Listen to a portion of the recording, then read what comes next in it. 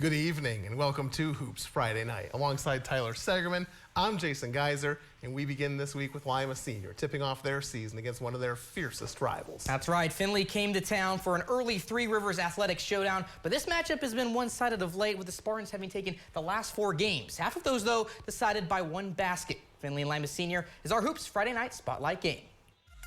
This Hoops Friday Night Spotlight game is presented by Midwest Electric Incorporated.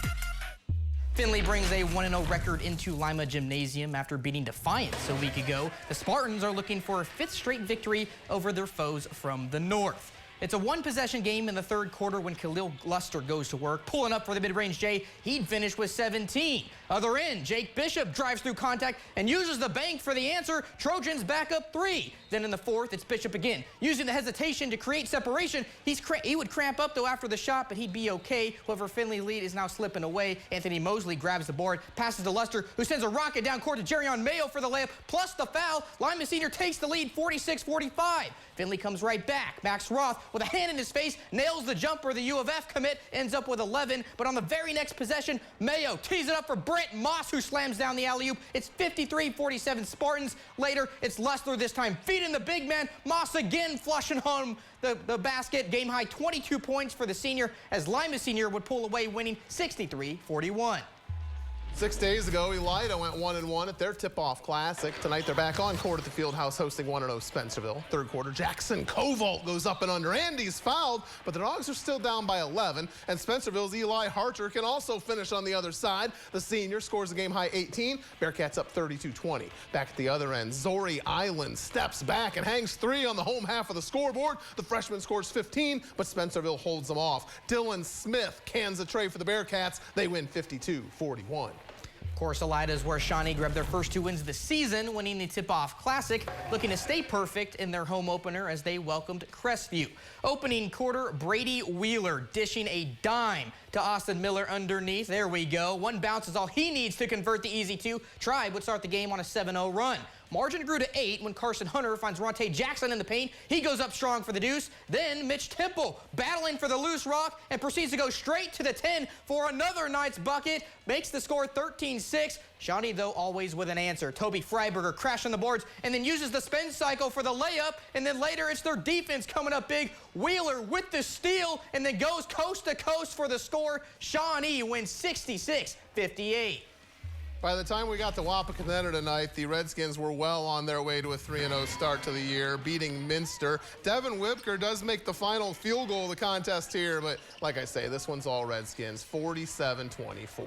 After a deep run in the football playoffs, St. Henry tips off their basketball season with a pair of road games against good WBL teams this weekend. It starts tonight at 1-0 St. Mary's. 1st quarter, Sam Kester strikes from beyond the arc. The senior starts the hoops season with a 3-0 Redskins lead, but St. Mary's answers in a big way. It's their big man, Austin Parks, doing the work in the post. Then there's more from the 6'10 junior coming up, but first Andrew Moore matches his jersey number, burying to 3. And then we talked about more Parks. Here Braden Sullivan gives it to him for the throwdown. 18 for Parks, Riders up 4, and then Sullivan gets defensive. The steal, and the junior sails to the other end. St. Mary's wins 56-22.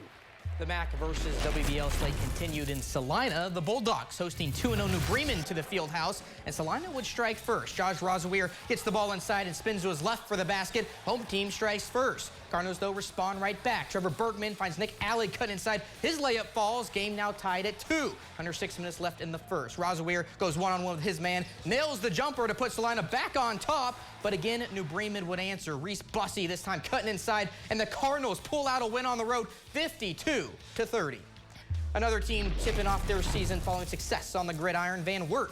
The Cougars, fresh off their regional final appearance, look to transfer over that success on the hardwood against Parkway. We pick it up in the 3rd. Parkway up 1. Gabe Schaff in the corner launches a 3 and connects. Panthers extend their advantage to 4. Moments later, Cougars respond with a triple try of their own. Garrett Gunner finds Nate Phillips across the court. It's 26-25. Van Wert were then going an 8-0 run, but Kane Slusher putting a halt to that, hitting this J near the charity stripe, but Aiden Pratt is too much. Would help put this one away. Driving through contact. He's a football player. Gets the bucket to fall. Van Wert gets the dub 48-43. We need to take our first break here on Hoops Friday night. When we come back, the top 2 teams from a year ago in the Putnam and Shelby County League square off in week 2 of the regular season. See the action after this.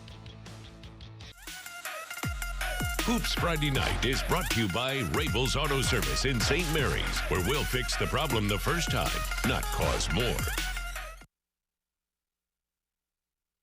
Welcome back to Hoops Friday Night. A week ago, the defending Division IV state champions from Botkins opened their Shelby County League title defense with a 10-point win over Jackson Center. Tonight, the Trojans make the short 5-mile trek south past the in-between as they invade Anna. Of course, in sharing the SCL title with Botkins last season, the Rockets claimed a piece of their 4th straight conference crown. Each team won on their home court. Tonight, we start in the first quarter, and Jacob Plyman in the post, spinning and dropping it home. Botkins takes the first lead of the game, so the Rockets do them one better. Zach Ambus with a kick-out pass to Bryce Cobb from downtown. The Rockets move in front by 1, so the Trojans strike back. Jaden Wendell uses the Plyman screen to get open for the pull-up Jay. Botkins seesaws back into the lead, and then they add on in style. Plyman driving and flying. Botkins wins on the road 60-43. The aforementioned Tigers from Jackson Center are back on their home court tonight. Both they and their opponents from Fort Loramie have had a full 7 days to ruminate on season-opening losses to league foes. Third quarter, Lucas Hartle, Tittle, and Fark behind the arc. The 3 ball's nothing but net, and the Tigers get within 4. The Redskins respond. Ryan Holscher drives inside, stops, pops, and drops from short range. The Loramie lead grows to half a dozen. Tigers trying to mount a comeback. Jace Mullenauer to Fark, on fire from long range. He has the home team back within 4, but Loramie keeps him at bay. Aiden Weirman with the bounce pass to Isaac Ratterman for the layup, and the Skins win it 39-36. Just one other score in the Shelby County League tonight. Rouge runs past their neighbors from Houston, 82-43. In Putnam County, a clash of titans when it comes to the PCL. Columbus Grove and Ottoville squaring off. Top 2 teams in the Putnam County League from a year ago. Third quarter, Michael Turnwald finds Alex Seaver in the corner. 3-ball good for Ottoville, but the Big Green down 8. And the Bulldogs didn't let up. Jackson Schrader connects with Tad Koch, who has 2 defenders in his face, but that's no problem. Basket extends Grove's lead to 9. In the 4th, Trey Sauter spinning around and throwing it up and in. Visitors pulling away, now up 40-29. And then Bo Bernesser bounces the rock to Braden Bellman. He helps seal the deal. Columbus Grove victorious 51-42.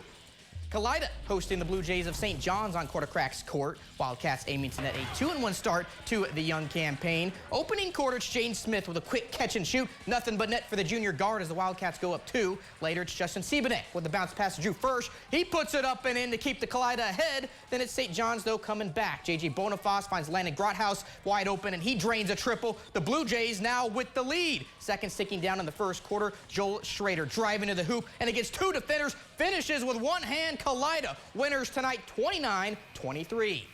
Crossing back out of Putnam County into America's friendliest city, Jefferson climbs atop their home court on the stage for the first time this year. The Wildcats and Fairview both lost their openers a week ago. First quarter, Colin Bailey takes the rock to the rack. The layup gives Jefferson a quick 7-3 lead. They're down 1 a bit later when Trent Tiemann goes to work in the paint and drops in the little half hook. Jeff Katz back in front, 9-8. Second quarter, playing from behind again. When Andrew Miller drives and dishes to Caden Carter, the home team gets within 4, and then Miller shows his range, splashing home the 3. Jefferson wins 49-40. Elsewhere around the area tonight, Continental drops a road game at Hicksville, 46-28. Patrick Henry improves to 2-0 on the young campaign, edging Ayersville 43-42. Wayne Trace looks strong at 3-0, beating Bryan by 35. Defiant stops Paulding 60-48.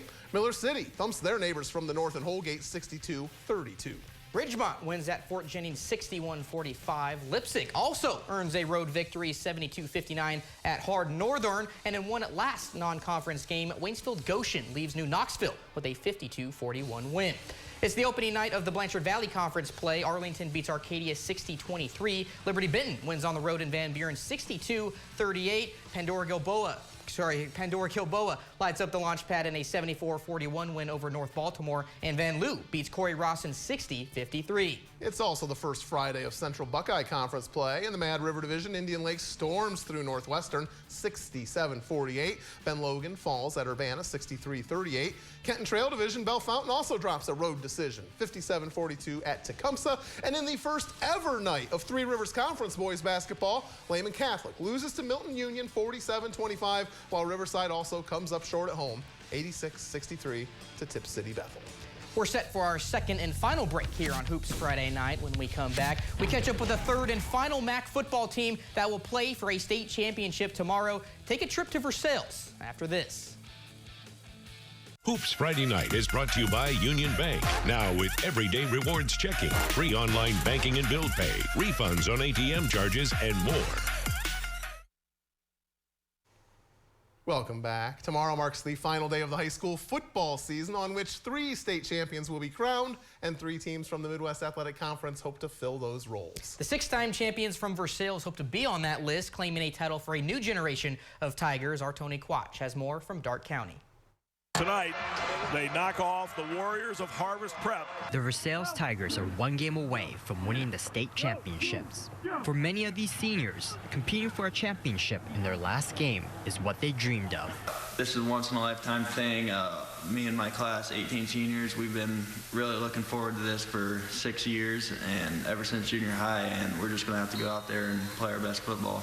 The Tigers returned to the state championship for the first time since 2004, and they're looking to bring home their first championship since 2003. We've been working hard all year for this, ever since we started playing as kids and looking up to all the state championship teams from the 90s, and it just feels great that we have a great coaching staff, great underclassmen, and great community behind us to help propel ourselves into this position.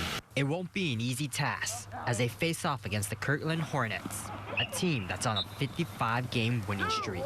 But for head coach Ryan Jones, it's all about staying focused. Well, you try to take care of all that noise yourself as the head coach and try to let them focus on the football game. We've had a lot of big games so far, and they've done a great job of focusing on the day and focusing on the task at hand. We've talked all year about focusing on what we're doing today and trying to get better today and not worrying about what's coming down the road tomorrow. Saturday's game will be played in Canton at the Hall of Fame Stadium. And while it'll be an amazing experience for many, there's still work to be done. It's just, who wants it more. Our heart's going to come down to it, how much more physical we can be over them and how well we can execute our plays. It doesn't really matter just who wants it more, and I believe that, our physicality and work ethic is, at the end of the day, what's going to help us win. In Versailles, Tony Quach, your News Now Sports.